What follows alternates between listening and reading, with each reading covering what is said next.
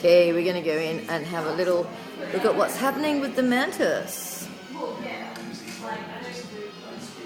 Hey there, mantis. Hello there.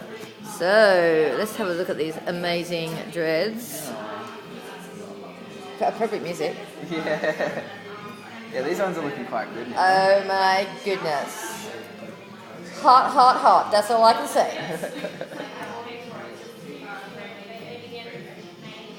Woo.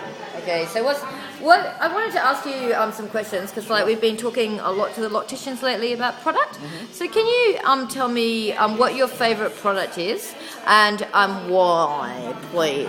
I'll just come around this side so we don't get the sun in the face. That's a hard question, Nazzy.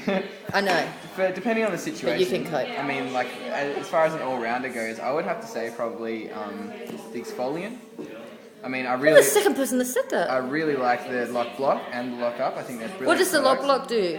Well, the lock block is a really good kind of base product. We generally say the staple products that you need to have with you in order for your dreadlocks to be good would be the lock block and the lock up. And between those two, they sort of keep your scalp quite healthy with the oils that are in them, and also keep your dreads nice and salty and good, and with lots of hooks so they can kind of dread together and be really good dreads, But I think the exfoliant, I would have to say, just because it's so amazing, like its capabilities of being able to get rid of dandruff almost instantaneously, A lot of people make the mistake of, once they see some dandruff on their scalp after getting dreads, they'll rush out and quickly buy, the first cheap, Head and Shoulders or Pantene or whatever it is that, supposedly gets rid of dandruff, and that's a pretty, common thing to happen. And what that does is it coats the follicles in lots of silicone and stops the dreads being able to actually dread themselves. There's a bit of a process of dreads dreading themselves in between maintenance that it can't be done once you use those sorts of shampoos. They coat your follicles in silicone.